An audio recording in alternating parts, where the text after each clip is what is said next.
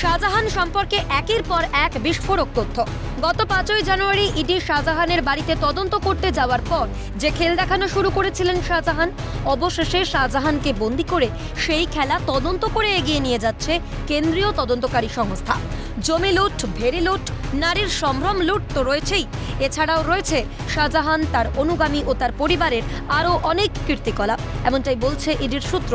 ED সূত্র খবর, শাহজাহানের পরিবারের নামে থাকা ট্রাস্ট ও সম্পত্তি মিলিয়ে প্রায় 15 কোটি টাকা বাজেয়াপ্ত করেছে ইডি।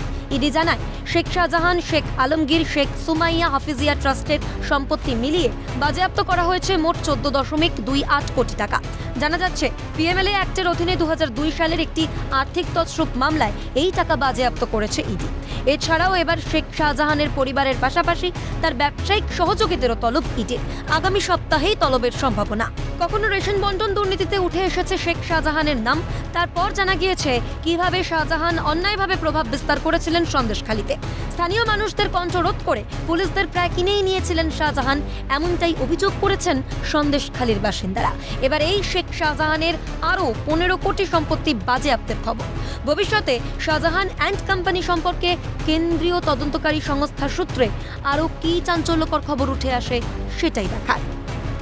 সত্যজিৎ মুখোপাধ্যায়ের রিপোর্ট, ক্যালকাটা নিউজ।